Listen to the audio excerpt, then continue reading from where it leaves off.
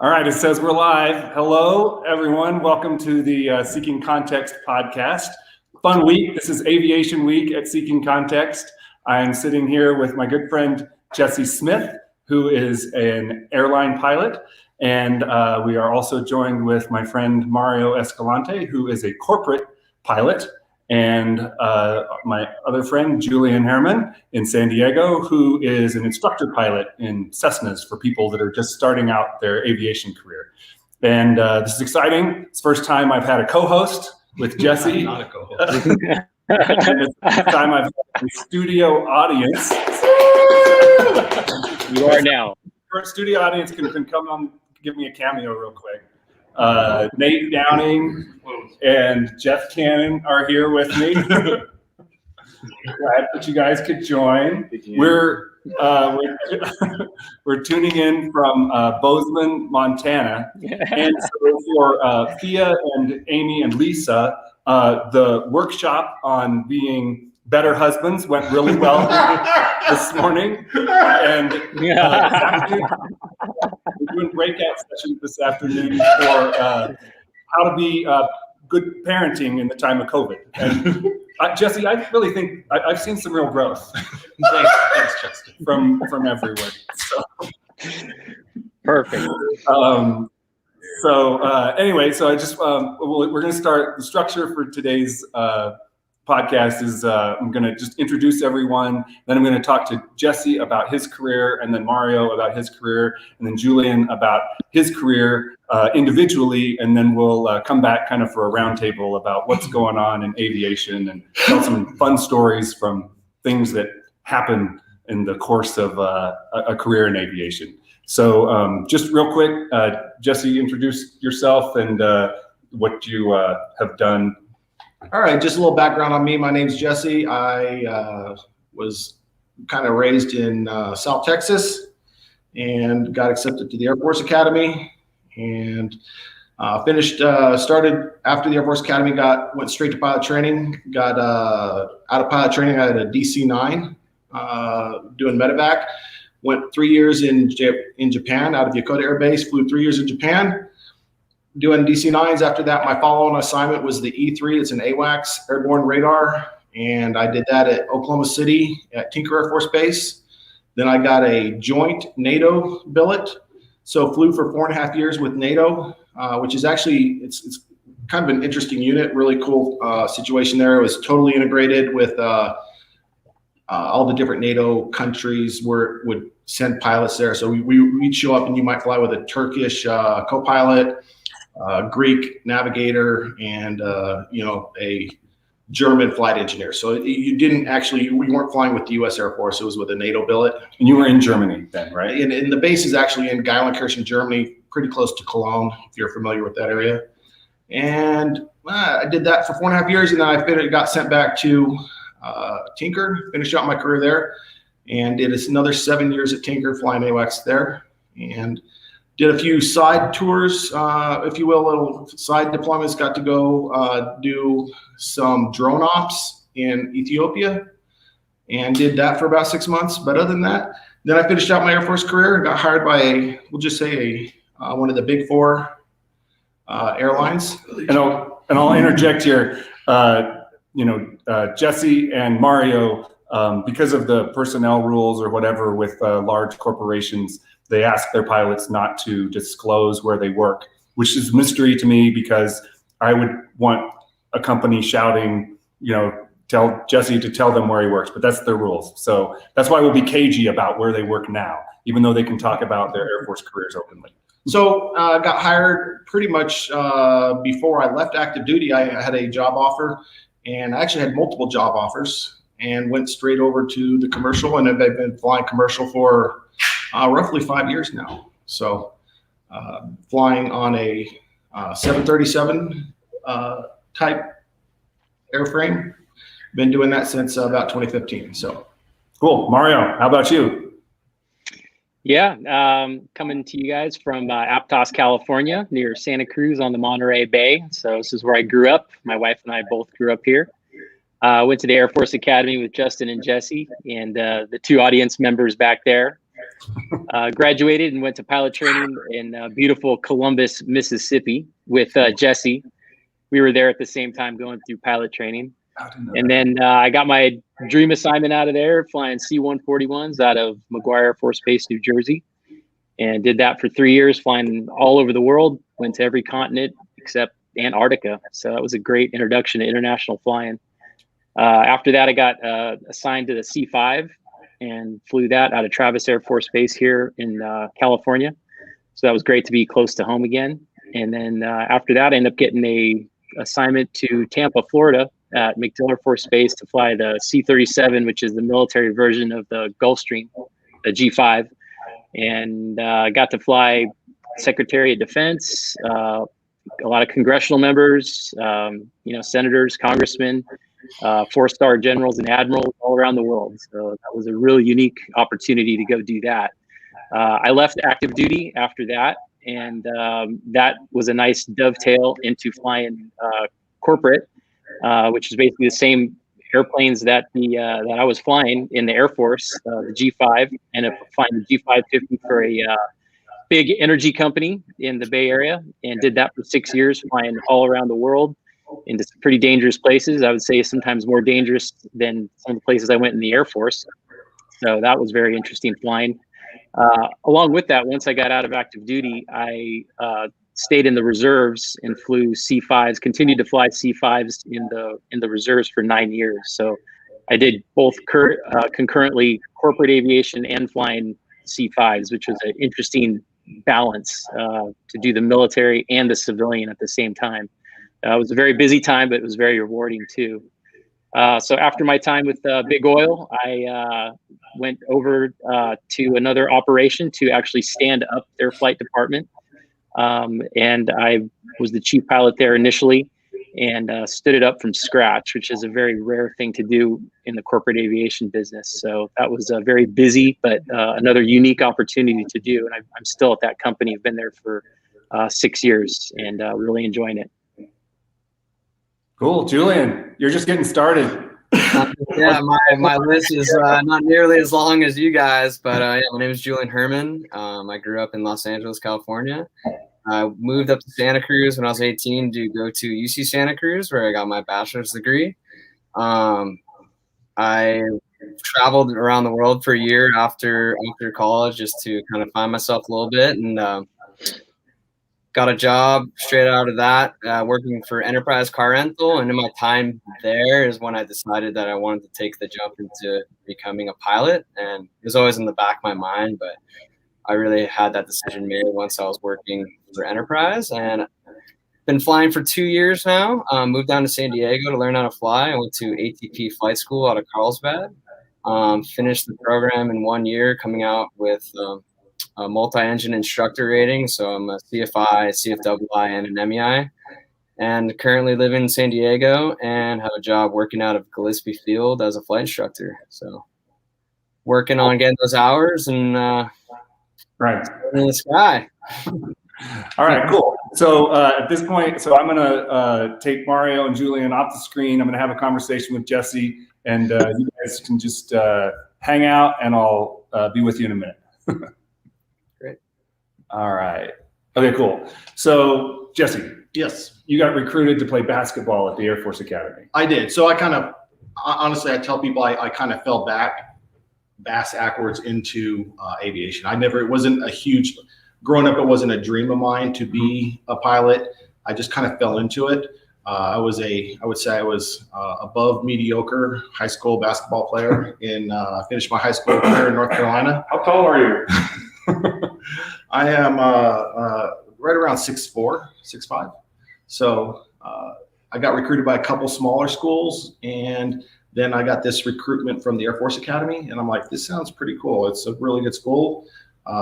Decided to go there. And that's kind of when I showed up there. You know, I've been familiar with aviation, but when I showed up there, that's really when I decided this is something I could maybe do.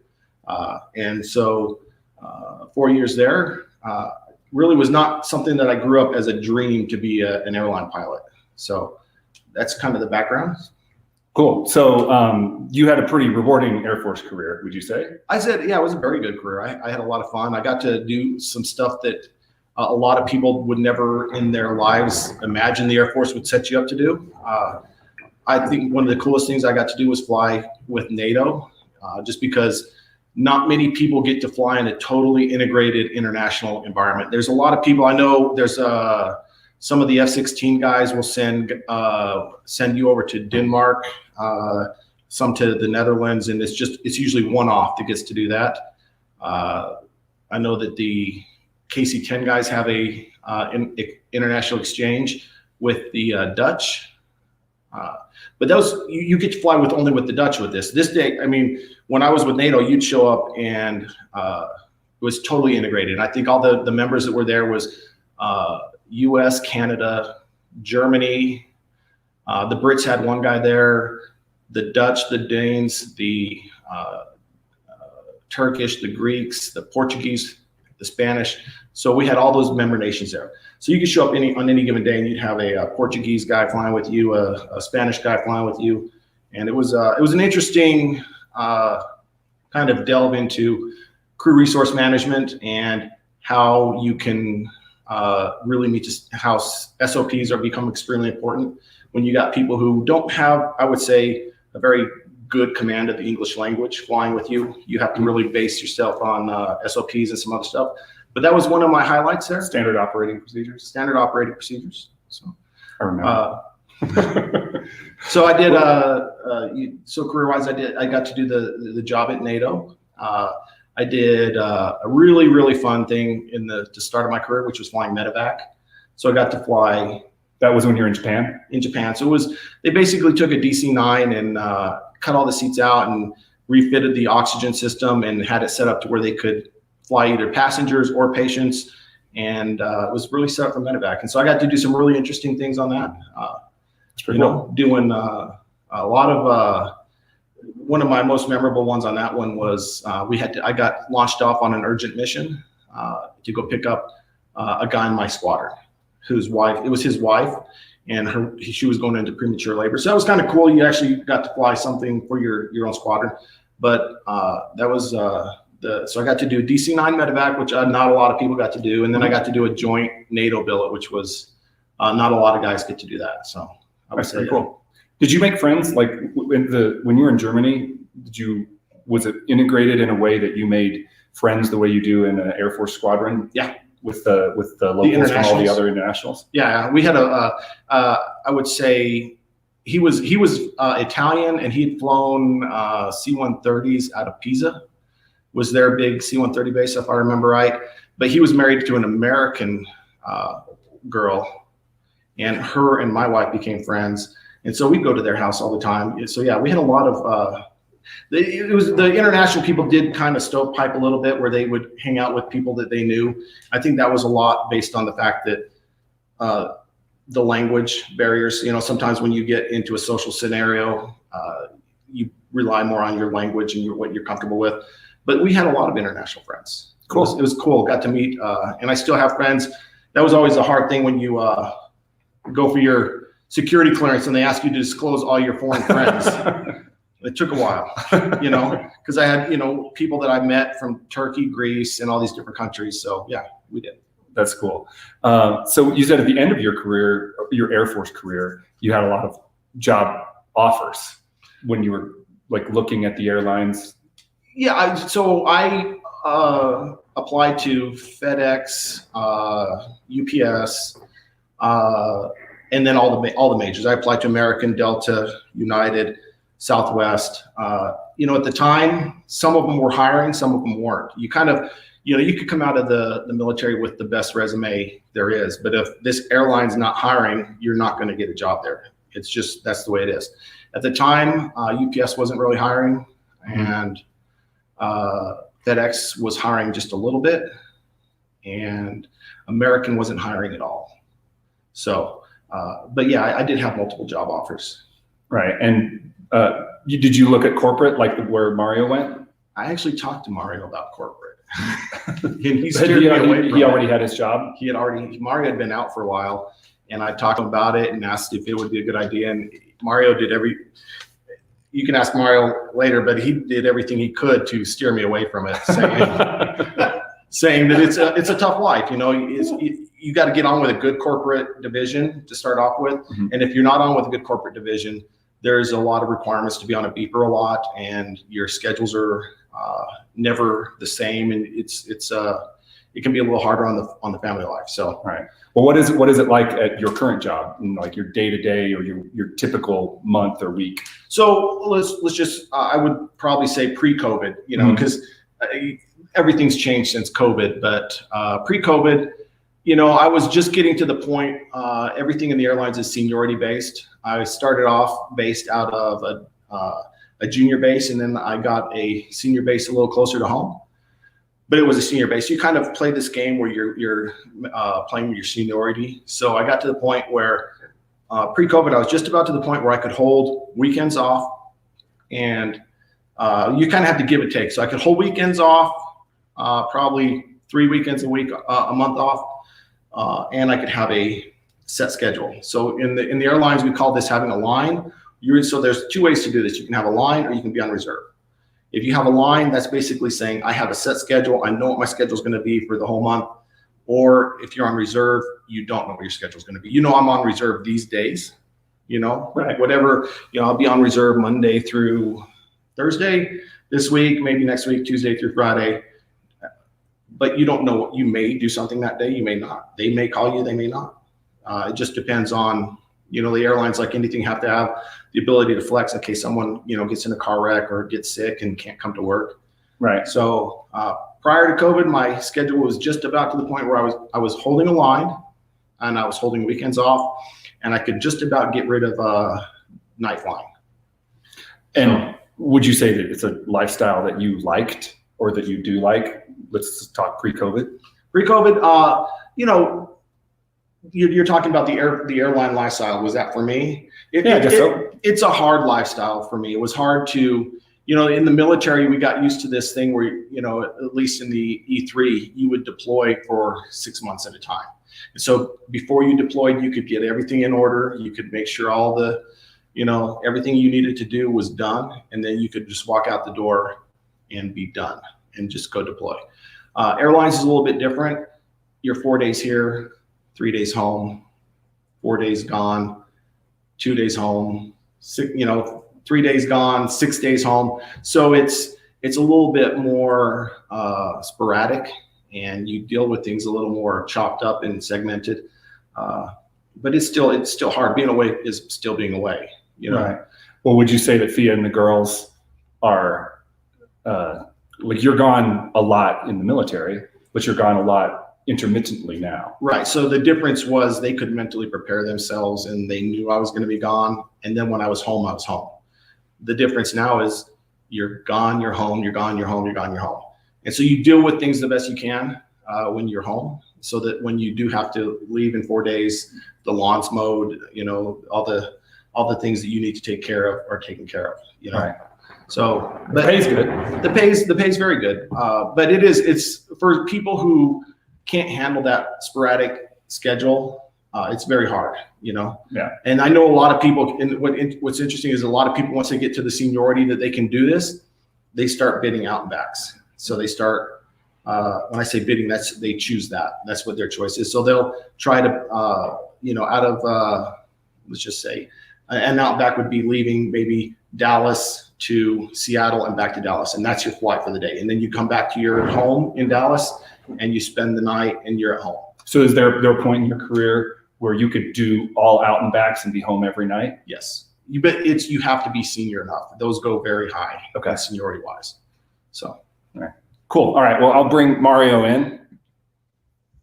So Mario, Jesse fell into aviation on accident. I feel like you were in the Air Force Academy more intentionally, but tell me about your desire to get into aviation. Yeah, it was from day one. I mean, before I can, you know, the first day I can remember, I wanted to fly. So you can ask my parents. They said one of my first words was airplane. So I mean, it was in me in the beginning. I didn't want to do anything else. So, you know, my whole career has been based upon this, you know, childhood desire to fly, and just made it happen. And Air Force Academy was definitely one of the steps to do that. I didn't really know. I didn't have like a military background. My family wasn't military. None of them had gone to college, so I was the first in my family to go to college. And to be a pilot, to be an officer, you got to go to college. So some way I had to do it. I went to UC Davis first out of high school, because I did apply to the Air Force Academy my first year out of high school, but I just didn't know if I wanted to make that kind of commitment yet. And ended up going to UC Davis, and then reconsidering it, went out to the academy for a visit, and spent a day with a cadet. And then after that, I'm like, yeah, I think I can do this. Reapplied, and I got back in and met you guys. Cool. Did you get accepted and then defer, or did you not apply before you went to UC Davis? No, I got about halfway into the process, and I just pulled out of the process. I didn't get but I had to go through everything else. I had to go through my congressman at the time. It was Leon Panetta, former Secretary of Defense. He was my nominating official here in Santa Cruz, and I had to go interview twice. So that made for a little bit of awkward conversation, but they actually appreciated my candor, saying I didn't know if it was the right thing for me, but now I do. So I think they appreciated that, and gave me a second chance. So I was pretty fortunate there. Wow, that's awesome. So I guess you gave a little highlights earlier, but just tell me about like your Air Force career a little bit. I started out in airlift. It's what I always wanted to do. As I was growing up, I really wanted to be an airline pilot. I loved, international travel. I got to do when I was in my teens, and I knew I wanted part of that world. So getting into airlift was, my number one goal to do. And so I ended up getting the aircraft that I wanted to do, the C-141, which I knew did everything. It went all over the world, did all kinds of missions. And it was great. I got to do air refueling. I got to do airdrop, formation flying, go all over the world, low levels, everything. It was just a really neat, all-encompassing job. And it definitely was one of my favorite, it's my first airplane. So, it was great. And it was exactly what I wanted to be doing. That's cool. At the end of your career, you went corporate. I guess tell me about kind of when you started looking for jobs in the civilian sector, and then you kind of went part-time Air Force. Like what happened in that time of your life? Well, as I flew airlift for 2 back-to-back assignments with the C-141 and C-5, usually the Air Force would give you kind of a break. They'd give you what they call like a shock absorber assignment, something nice to go fly, a Learjet or a Gulfstream or 737 if you wanted. So I was up for that. I had 2 back-to-back operational assignments, so I was able, to get this kind of more posh assignment. So when I showed up, we went through civilian training because there's no military school for the G5. You go through the simulator training at Savannah with Flight Safety International. So when I showed up to Flight Safety for my first day of class for G5 Initial, I see everybody's name tags in there, and I see Hewlett Packard, Coca-Cola, General Electric. I'm like, who are you guys? They're like, we fly the same plane you do. And I had no idea. I had no idea that world actually existed. I just thought, I was going to go to the airlines and that was going to be it. So that in itself was a huge eye opener to me. And that kind of shaped, as I went along with my assignment, flying the 3 years in the Air Force of the Gulfstream. Every time I went back to recurrent, I did a little networking. Hewlett Packard was in there, and they were based in San Jose. And I made some contacts with them and started to ask about jobs in the Bay Area. And as my end of time in active duty started, I started to use those contacts and figure out where to go next. I figured I really enjoyed my job at Tampa, flying the Gulfstream and the mission we were doing. So I thought it makes perfect sense. I'm already type rated in this airplane, and there's jobs in the Bay Area for this. So it just made it a nice, it was a nice seamless way to go that way. And I really enjoyed mission that it did. It was a little more personal. You knew who you were flying with. As part of a corporate aviation, you know who you're flying with every day. It's a very small group, so I enjoyed that. But that's how I got into corporate. I remember when you were looking for corporate jobs, it seemed like it was stressful, though, that wasn't an easy job to land. Is that accurate? That's correct. When I left active duty, it was right at the top of the recession. So, there were no jobs to be had. And the job that I thought I had with Hewlett Packard, I got interviewed there. I didn't get a job offer, but they said, we just need to figure out how many we're hiring, but we definitely want to pick you up. When I moved back, everything had fallen through. So they couldn't, went through a whole fleet change, and yeah, it was very stressful. Fortunately, I stayed in the reserves, and I got hired with my C5 unit. I couldn't fly at the time, but I could still at least go do some drill weekends there to make some pay. But finding a job was very stressful in that time. I was just very fortunate. The company that did pick me up had some former Air Force people that saw my resume and knew my squadrons and called around. So I was able to get an interview with that company, and they had, at the time of the recession, they had 750 applicants for 2 positions, and I was fortunate to get one. Wow. So it was, a little bit of luck in there, but I'll take it, Right. Well, it sounds like you're in that world, people really do call around, and like every job you had mattered previously. It did. Yeah, it did. And that's the thing about corporate aviation. It's a very small community. Everybody knows everybody. So that's, your contacts are everything. Your reputation is everything, because the pool is so small. They like to hire from people that they know, corporations that they know. People know other people. You see them at recurrent training. You see the same people from the same companies. So your reputation and your name gets around. Wow, that's interesting. Mm-hmm. Well, what is it like being a corporate pilot? So, and you can just explain, like, you fly the G5 and the G6, I think. Yes. And what do you actually do? G6. What do we do? It's much different. Day-to-day, like, what is it? Every month you're flying off to. You're flying all the time. You're flying once a month. And let's talk pre-COVID, like in normal days. Right. Yeah. That's the cool thing about this job. There is no day-to-day. It's always different. The places you're going are always changing. We do go to some of the same places, but new places pop up all the time. The itinerary changes. So I mean, it keeps it pretty exciting. You're involved in the planning as a pilot and a crew.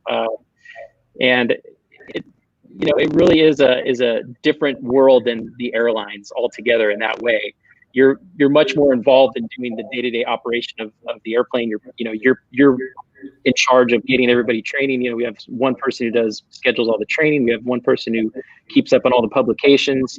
As a corporate flight department, you have many other ancillary duties that you have to keep up just to keep the department running. So, it can be a lot of work, but like a day-to-day, there really isn't one. I could fly 2 days a month. Some months I could fly 14 days a month. So it could be to New York and back, or it could be a 2-week trip jaunt all around Asia. So the good thing about flying for a big company, and this is what I was trying to get through to Jesse when I was explaining it to him, is that, big companies, they have a set schedule. Their execs don't go anywhere unless they're planned for it. Just like in the military, if a general's going somewhere, they got to prepare for it. So the schedule is pretty well known a month or 2 in advance. There are some drop downs, but not many. But if you're with a smaller company or with a charter operation, everything's in the air all the time. And the jobs with the larger companies are hard to get, and you just need to know where you're going and what kind of flight department you're stepping into, because each department is unique. So each schedule is unique. So I can really just only talk for the departments I've been in, or ones that I've heard of. But each one is different, and you just have to know what you're getting yourself into. One of the cool benefits for Jesse is that he and his family get to fly all over the world. You've taken your family to Europe, first class, accidentally because of standby seats being available. But do you get flight benefits on other airlines? or or are none of those benefits available to you? Only the ones that Jesse gives me. Yeah, no.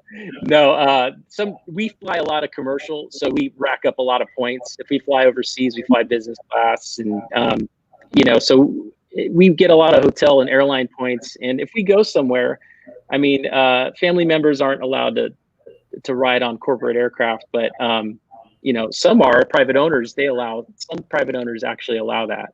But in a big corporation, there's a lot of legal issues involved. That's usually not the case. But I definitely have taken my wife on. If I go somewhere, I'll fly her out to meet me. If I'm sitting, say, in Barbados for St. Martin for 4 days, she's come and met me out there. Because we're just sitting on the ground there, being a tourist. So it's kind of nice. So I've had my mom with me in London. My son met me in Seoul. So it's been pretty cool. We've had a lot of opportunities to do that because our ground times sometimes are pretty long. That's pretty cool. Is the talk about with your family and being away from home, is it better with this job than your Air Force experience? And is it something that you think is sustainable for maintaining a good family life?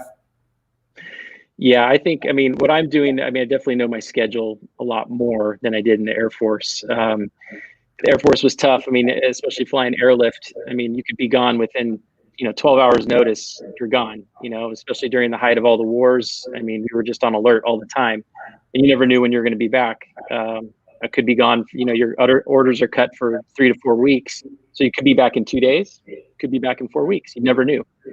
So that was very stressful on the family. One of the reasons that I did leave active duty, our family just kind of had enough of that. Not every family's cut out for it. God bless you guys who stayed in 20 years for, active duty. It's a hard thing to do.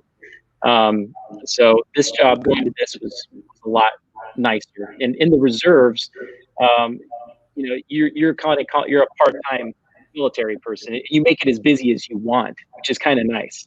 So it provides that balance. You have a civilian career, it's your primary, and your reserve career is not. And they realize that. So it's kind of nice. They allow you to develop that balance. You can work as hard or not as hard as you want to in the reserves of Guard. It's kind of nice. Yeah, that's cool. Cool. Well, let's hear about somebody just starting their career. So I'll switch over to Julian. Be back with you in a minute, Mario. All right. Julian, you're still here. I'm still here.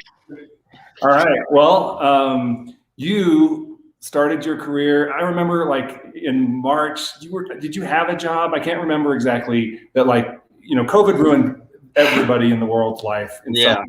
But yours it kind of just blindsided your plans. So you had to get a job in the middle of the pandemic. So what happened and how did you get a job? Right. Yeah. So I finished my training on March 27th of 2020. So right as the U.S. was shutting down, everything was being shut down. And I was like, okay, great. Let's see, I just got done. So I'm going to start looking for jobs in the area. And, flight schools, some of them were still open and operating, and a lot of them were shutting down because they had people getting COVID. So they had to shut down for a period of time. So I just, put myself out there and applied around, and I had a couple schools get back to me saying, they're not hiring, they're shut down till June. So I was like, okay, that's 3 months right there. Some of them were like, yeah, we're not hiring right now, but we'll get back to you soon. And other ones just ghosted, nothing. So waited around and, put applications in and followed up with these companies, and still they're like nothing. And I had a reference from one of the pilot examiners in the area that was on my resume, and he was reaching out to one of the flight schools, putting in a good word for me. And they're just telling him it's like, there's just nothing available right now. So I just kind of sat back, and I was lucky enough to get on unemployment. So I wasn't financially going into a deep hole because I didn't go the military route where, you get paid to learn how to fly, or not necessarily paid, but it's all covered, right? Where this cost me just the whole year is like $100,000 through ATP and they advertise like 76,000, but with all the check rides and everything else that came with it, it turned out to be like $100,000 a year. And if you were to factor in like living expenses as well. So I was still in a hole right now.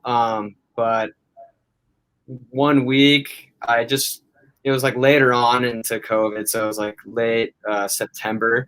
I just started walking into some of the schools with my resume in hand. I saw that they were operating. I was flying out of one of the flying clubs just to stay proficient.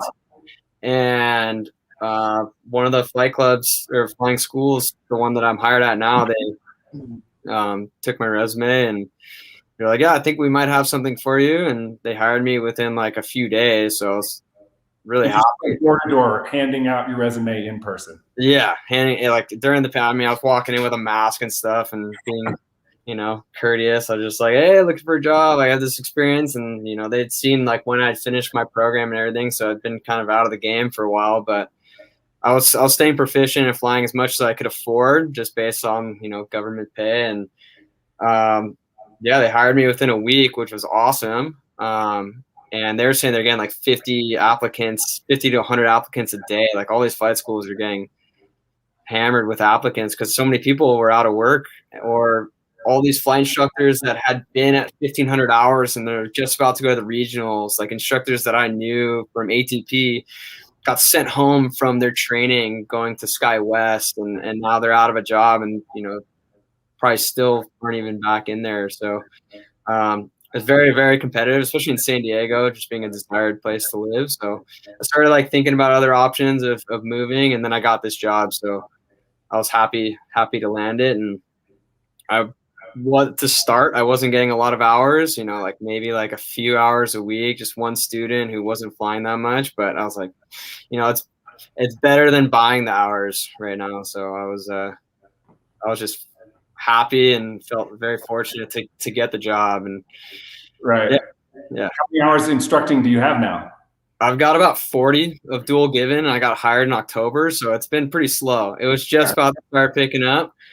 And then, yeah, like I had mentioned before we went live, I just broke my toe, so now I can't fly for a few weeks. And it wasn't a glorious surfing accident, was it? No, it wasn't. It wasn't. What happened, Julian? So yeah, I was doing some yoga at home, and I've got a cat. And if you got a cat running around, I'd put him away if you're ever doing yoga, because I was jumping from like forward fold to a plank, and he ran under, so I didn't want to crush him. He like went right where my foot was going to go, and I put my foot down awkwardly, and sure enough, I snapped my toe pretty good. And I can't really put much pressure on it right now. It's been about a week.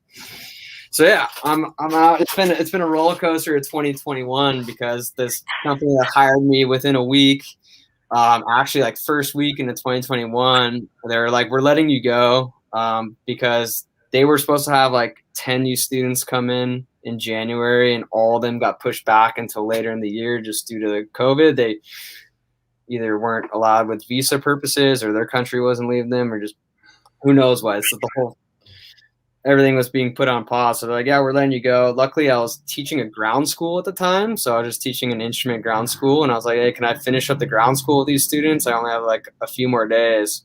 So I went back in every day to teach the ground school and finish it up. And then the same guy who was telling me that they're going to let us go was like, actually, we're going to hold on to you, and here's like 3 more students. I was like, all right, great. Like, got my job back. Things are looking good.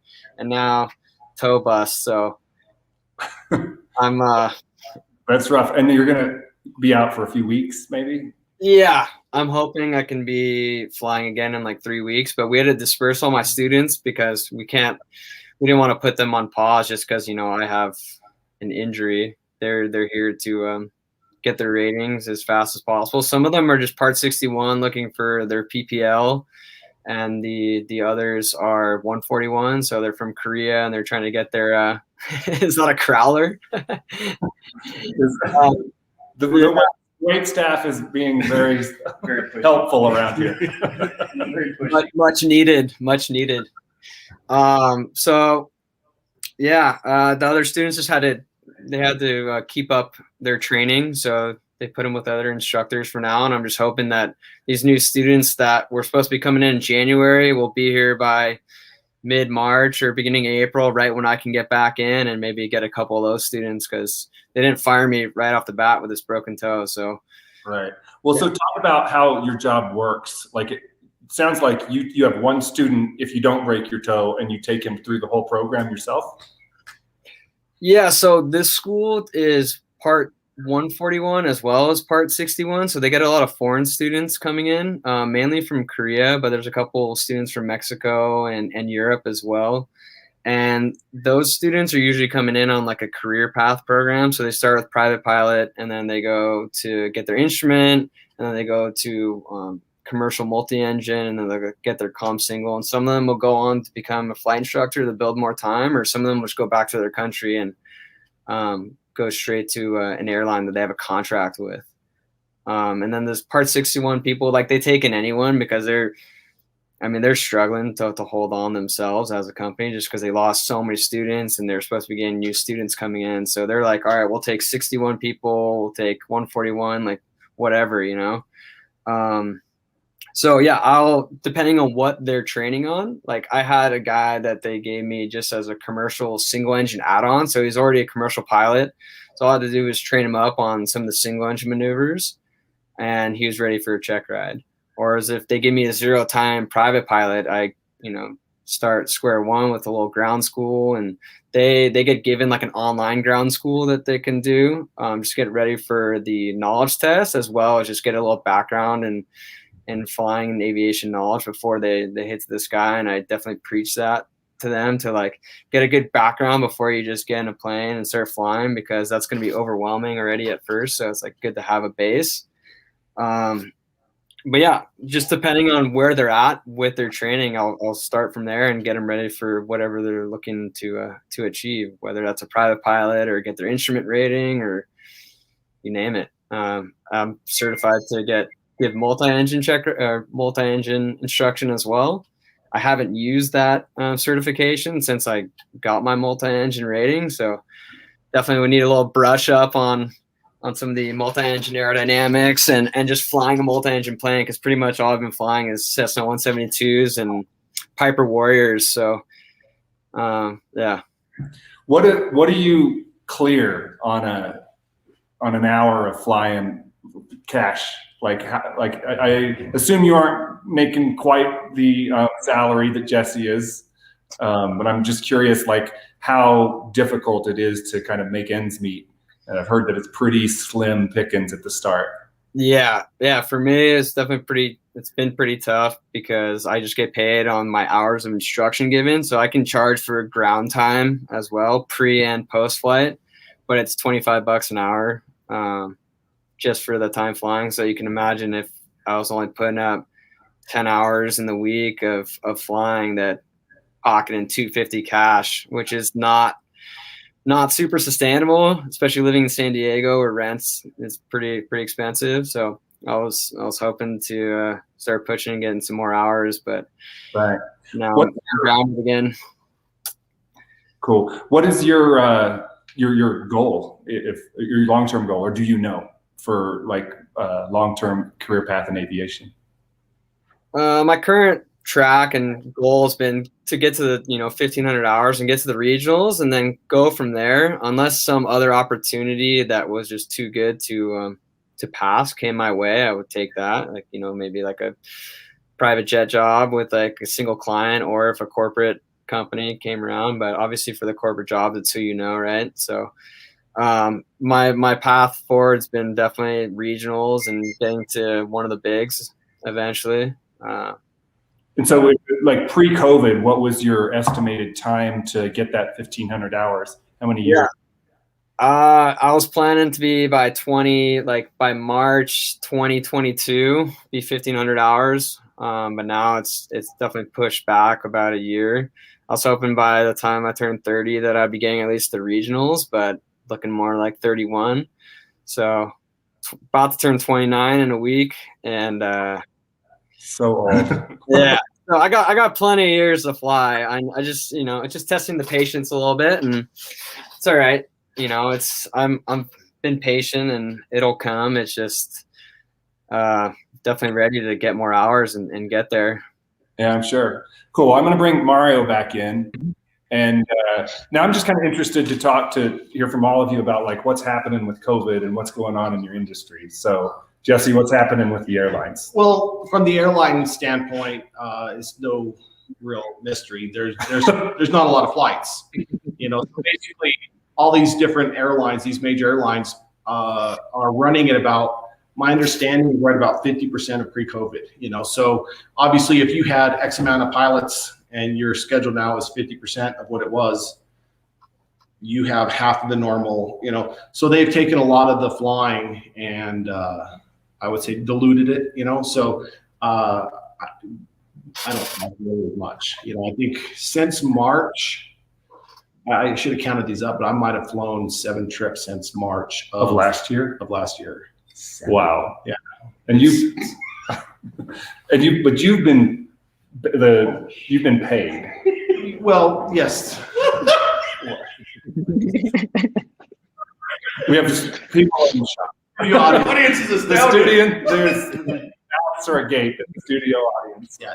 So yeah, they have to make a choice. They either have to pay us our contractual or furlough us. And there's a lot of people in the industry that receive furlough letters. Some have chosen to do other things. Some of the airlines have chosen to go and alter the contract with letters of agreement.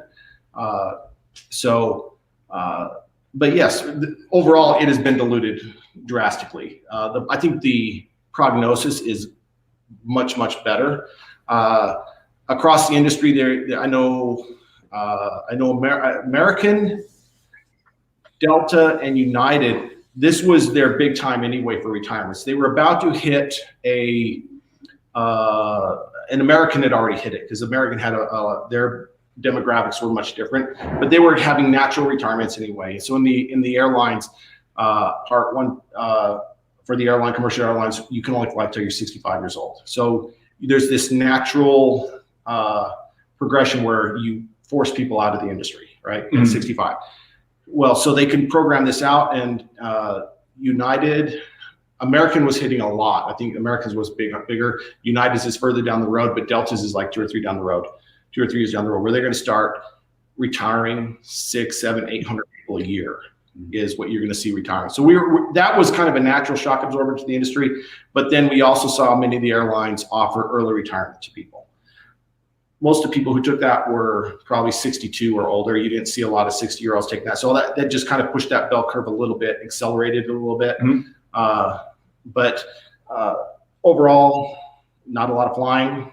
No one's hiring.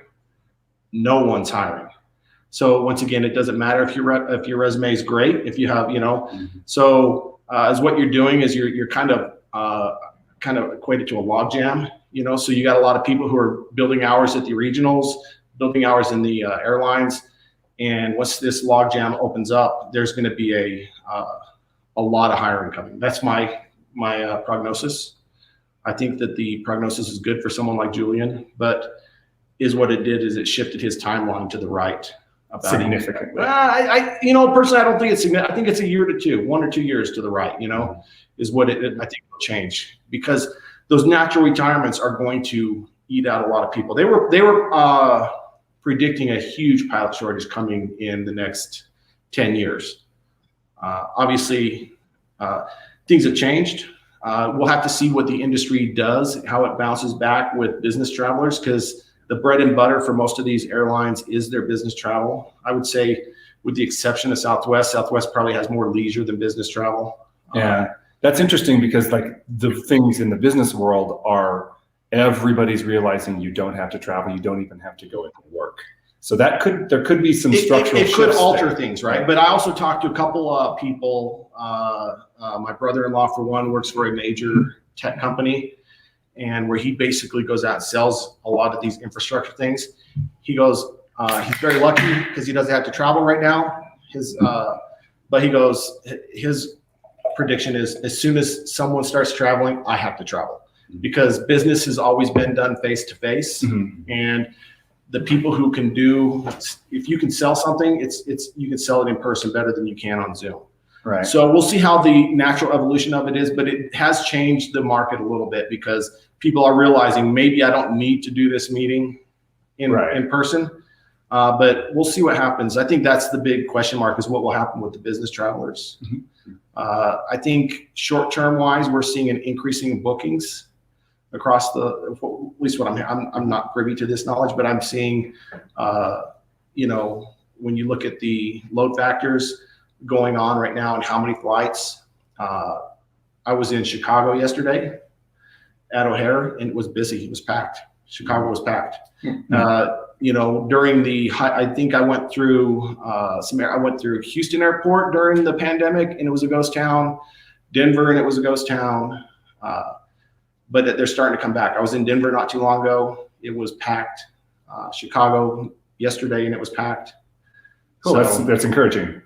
The flip side is people are also starting to realize you can't stop COVID necessarily. You can't put your life on hold forever. So people are accepting the risk, and they're going out there, they're wearing their mask, and they're deciding, I have to go to this wedding, I have to go to this anniversary or this get together. Right. And so bookings are increasing. I think over the short term, you'll see an increase where my guess is it'll jump from probably 50% of the pre-COVID numbers to probably 70 or 80%. And then the big question mark will probably be business travel. What happens with that? So, right. Mario, what's going on in corporate? You haven't flown much. Yeah. Either, yeah. Right? Personally, yeah, our company hasn't flown anything, no business trips since March. So we've just been flying for currency is all we've been doing. But it just depends in this business. It depends what your company culture is. It depends what line of business that your corporation in. So some of my friends who are flying for healthcare companies are flying quite a bit. They're still doing business all around the world. Where you see a real robust business going on is in the charter business. A lot of people don't want to take commercial airliners right now, so they're chartering their own. Whereas before they might have taken business class or first class, well, they're just opting to charter their own G4 or Challenger and go across the country. We should be doing Yeah, why didn't you guys do that up there? Could have flown you. So you see that really on fire right now. The charter business is kind of off the charts, as well as the private owner operations that are much smaller. But we'll see how that goes forward. Like Jesse says, there's a lot of our company's still running, and everybody's doing everything from Zoom and at home. So we'll see how the business travel picks up again when it does. But like I said, it kind of depends on a corporate culture. We have more conservative culture. They don't want to take any chances, whereas like some of the other industries, they take a little more chance. They want to travel still. It's actually really hard to travel internationally right now, but you can do it. There's a lot of pitfalls and regulations with the COVID and the testing, and how you get back into customs, and it seems like it's getting more strict as we're getting toward the vaccination phase here. But yeah, we'll see where it ends up as far as the business travel. That's the big question mark out there. Cool. So for Jesse and Mario, like for people like Julian starting out, or maybe people that are getting to the end of their Air Force careers, any advice on how to get a job in your industry? I can only speak to my path and what I thought helped me. Mario mentioned this a little bit already, but I think networking is more important than people think. It's especially hard if you're active duty. If you're in a reserve unit, you kind of have this built-in networking with guys who are at the airlines. Because most of the reserve units have airline jobs already. There's guys in there that work part-time for Southwest or full-time for Southwest, part-time at the unit, right? Active duty, I didn't know anyone, who actually. So do your best to network and make contacts and tell them. Just be upfront with people. Hey, do you mind if I call you in a year or two for a recommendation? And I've never heard anyone say no.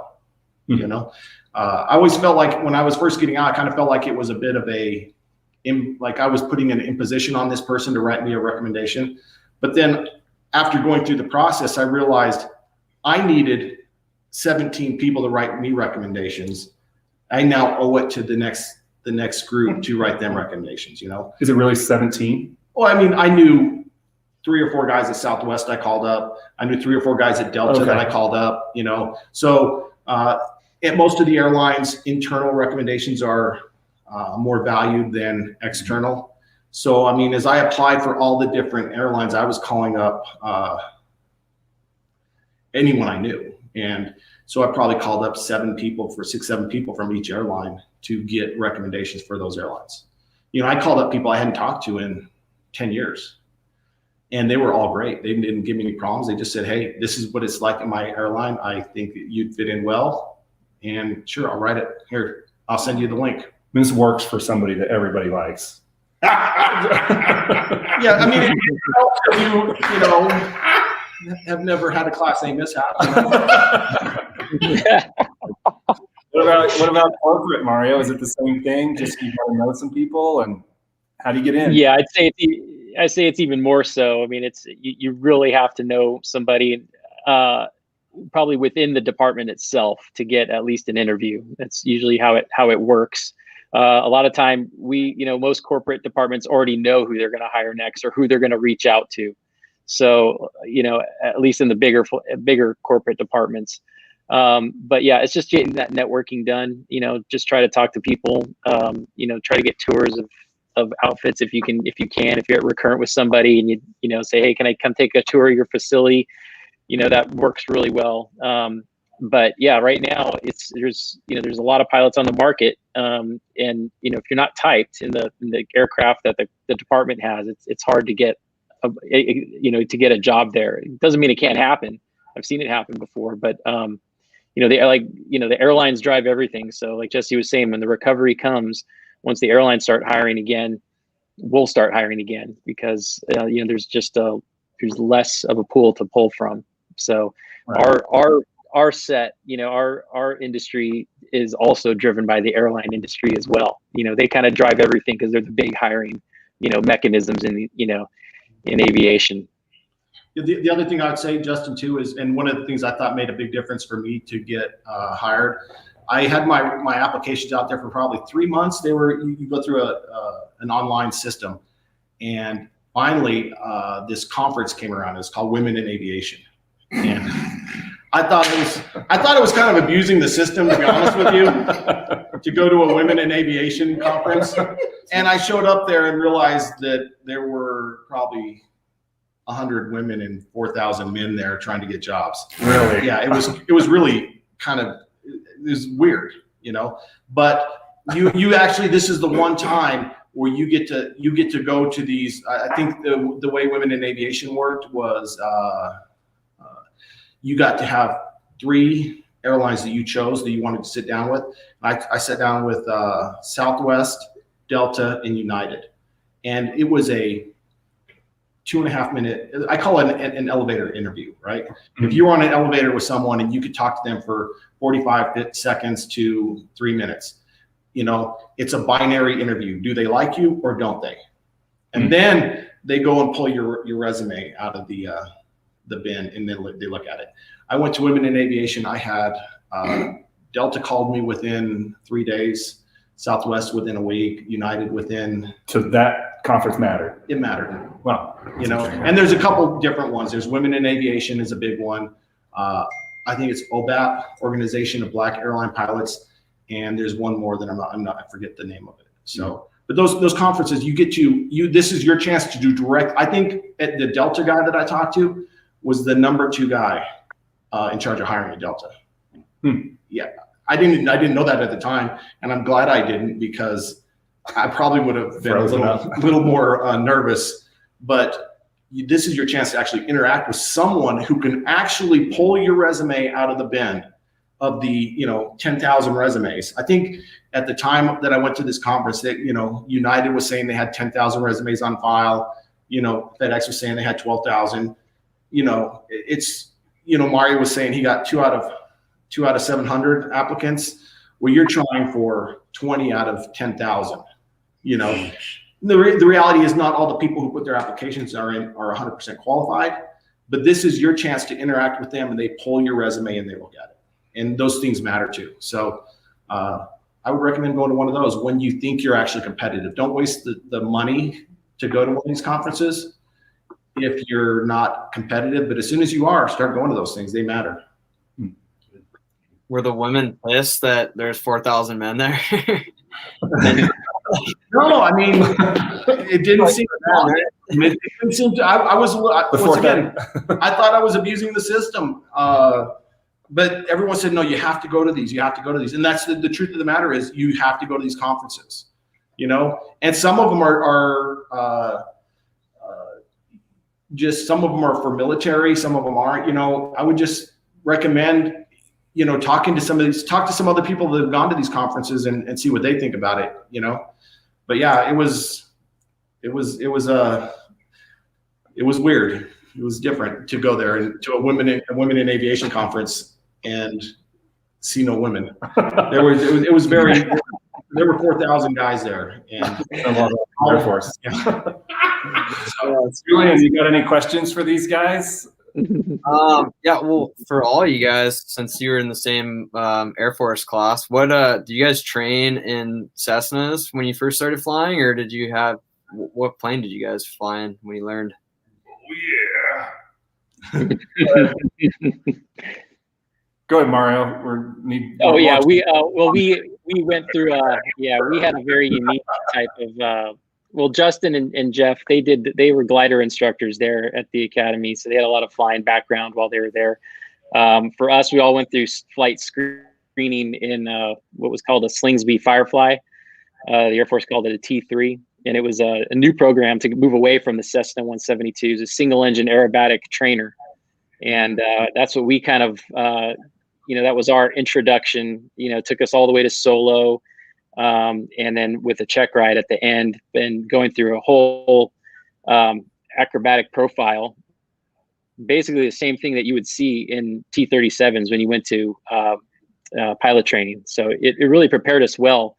But unfortunately, the program, I think, was on the right path. But unfortunately, the airplane had a few quirks with it up at, I don't know if they figured out exactly what it is, but they had 3 fatal crashes up there. It killed 3 IPs and 3 students, and then they cut the program. So I think what they're doing now is they took a break for about 10, 15 years, and they were going through the private sector that put the cadets through, getting their PPL with, through a Cessna, through a local flight school. But now they've brought it back now. They do them in Cirruses. And I'm not sure if they're doing any acro. Maybe you guys know that, but yeah, that's how we started in that. And then you only get about maybe 30 hours in that, and then you're right into the T-37, or I guess nowadays the T-6. So you're right into it. Not a whole lot of hours before you get to pilot training. Julian? I guess like being in the industry, like any like innovations that you guys see like within either the corporate company or just within the airlines, like innovations in planes, do they kind of tell you guys about that? Like what's coming next that you might have to learn and train on? Just like new aircraft or new engines that are going in? Did they mention anything like that? For drones? Are we going to switch to drone piloted commercial aviation? I honestly, I can't imagine anyone ever getting on an airplane knowing it's completely flown by a computer. I think everyone who gets on there loves the fact that there's automation that is safety related, but at the end of the day, they also want to know that there's a human being up there that has control of the plane. I would have a hard time giving up that control and saying, I'm going to sit on a plane that's completely drone operated. I don't think that'll ever happen. Yeah, I think Tesla. I do know, for instance, I've heard that FedEx is spearheading a movement to move to a single pilot, which would that would change the dynamics a lot too, because now you're up there alone. There are times where I feel like when you're there and you're backing each other up, it becomes an extra layer of safety. So you take out that extra layer of safety when you don't have 2 people up there looking and watching. There's many times when even as a new first officer, where you just like, hey, are we supposed to be doing this? And you might raise the question. You might be wrong, you might be right, but it's a check on the system, So I would have a hard time going to single pilot cockpit, leave alone no pilot cockpit. That would be right. I don't know about you, Mario. Yeah, any cool innovations coming down the pipe?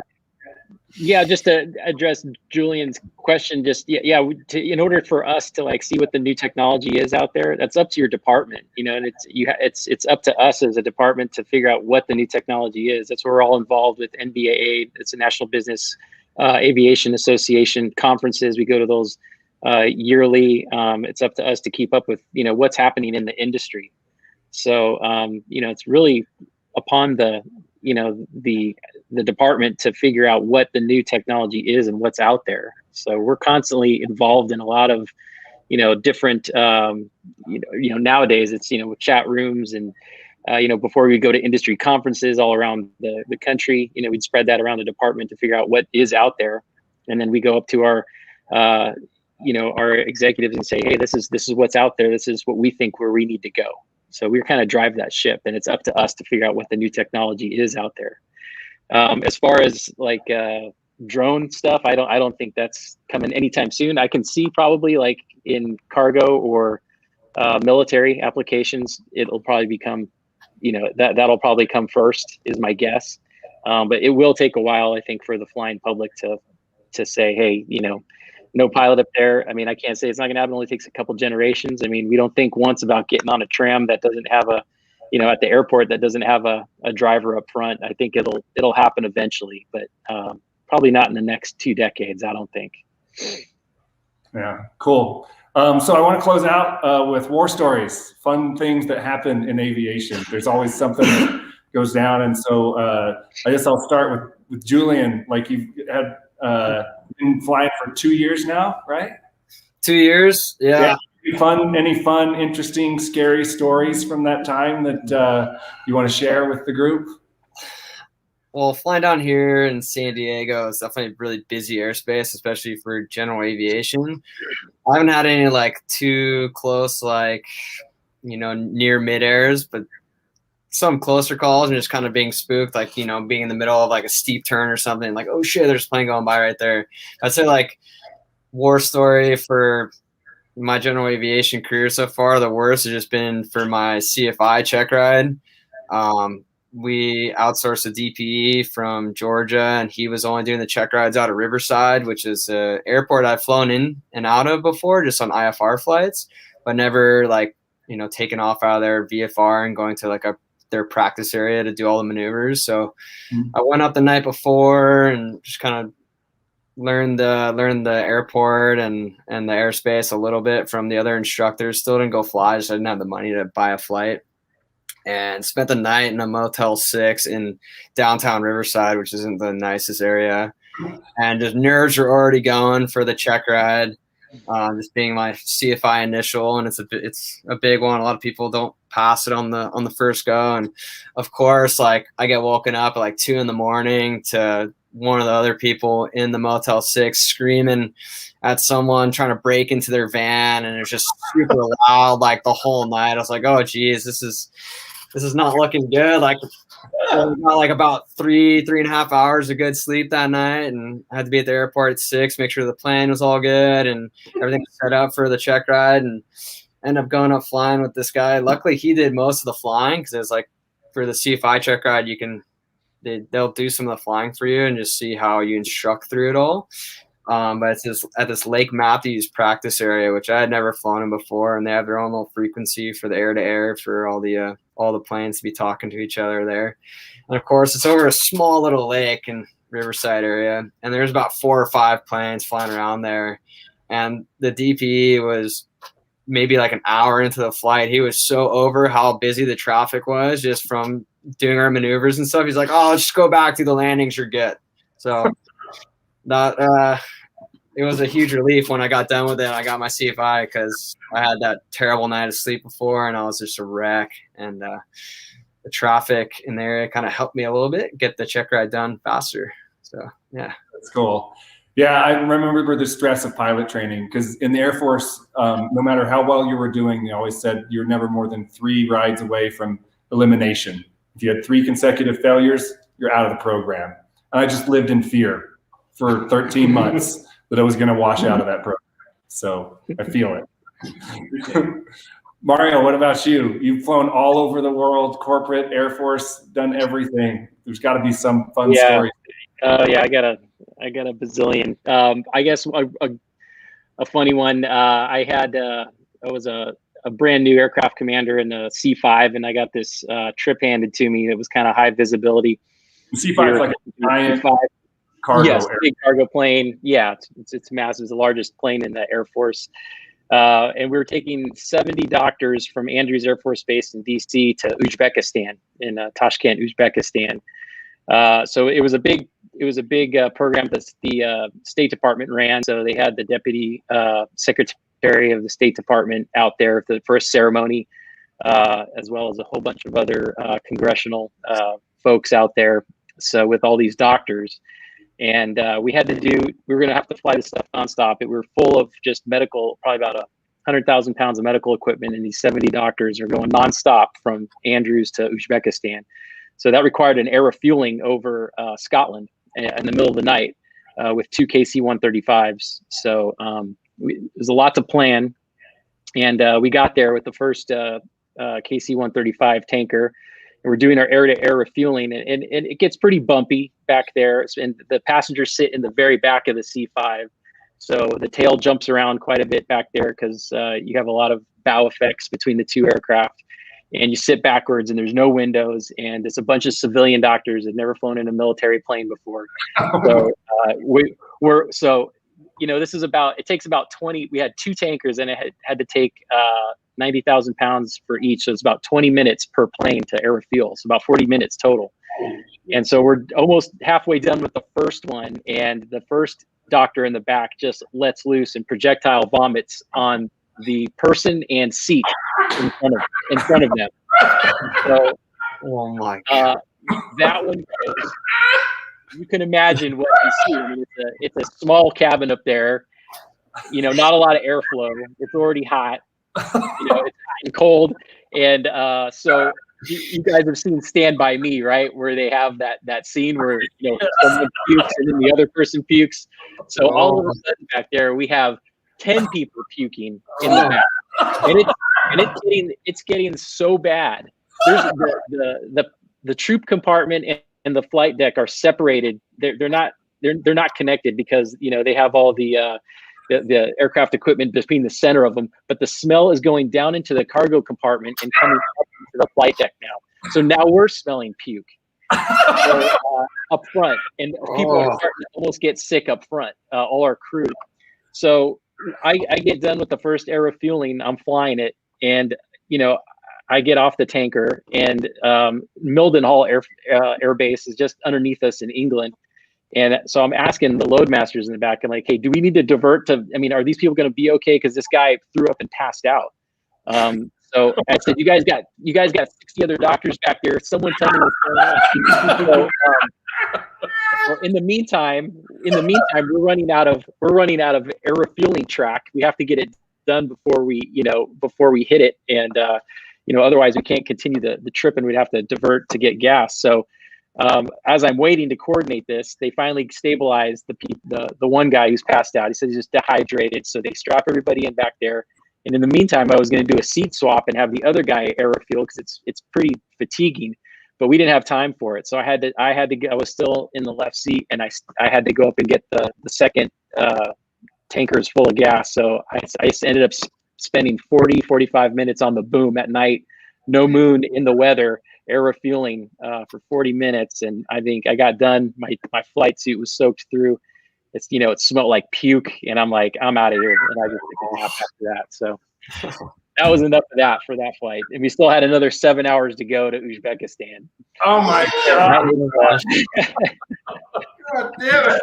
Oh, so those poor loadmasters back there had to clean up all the way, just be in the middle of all that mess back there. And yeah, it was pretty bad. Wow. 72s are sounding pretty Beat good. that close out on that story. Oh my God. I feel like Julian's like, I'm going to stay in 172. Yeah, I'm like, I'm using the restroom real quick. That's right. Only you can. Good ad for the airport. So. One of the highlights of mine, I was thinking of one that was kind of sticks out, as a memorable flight. It was a DC-9 flight, and in the DC-9 we used to sit alert, and they would call you up, and they could call you up any time of night and say, hey, you got this. So they call me up and they tell me you're going to Tripler, which Tripler is from Japan. It's the Army hospital out in Hawaii. So usually that's a pretty good trip for you. Hey, I get to go to Hawaii. And I show up at the jet, and our patient is going to be in Saipan. So we have to fly from Yokota to Saipan, pick up our patient, and then start the hop over to Tripler. And typically it would involve a fuel stop in usually at Wake Island or somewhere else that you'd have to stop and get gas. So, but I show up, and we were one squadron. The people in the back were a different squadron, and they were the nurses and the medical technicians. And I show up, and like the chief of infectious medicine's there. Like, why are you flying? Because you're not supposed to be flying tonight. And she's like, yeah, we have a special patient. And it turns out they're taping off the back of the airplane with like plastic sheeting. What? You're gonna be fine.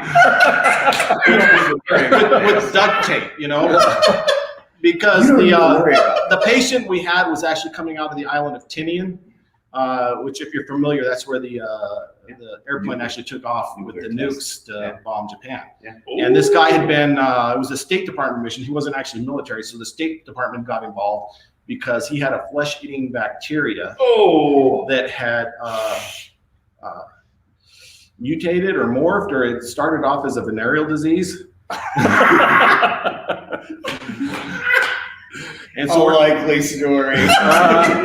Sure it did. It doesn't matter. That was like the one trip where I wanted to stay in the front of the jet the whole time. Two plastic sheets. That's when you start asking yourself, you sure duct tape's enough? Yeah. Hey, could you double bag this one?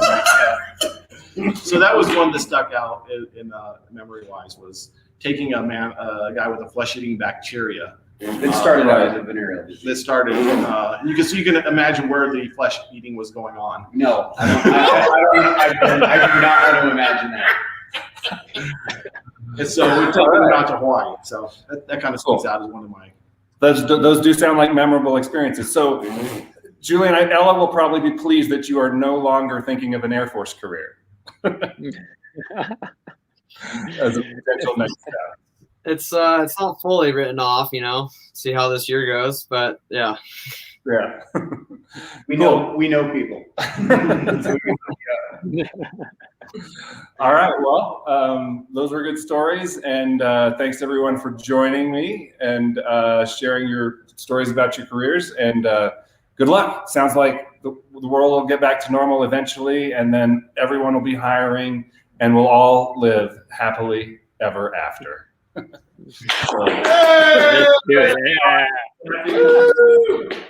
you. All right. Thanks, you guys. Yeah. Thanks, Justin. All right. See ya. Yeah, thanks, Justin. Bye.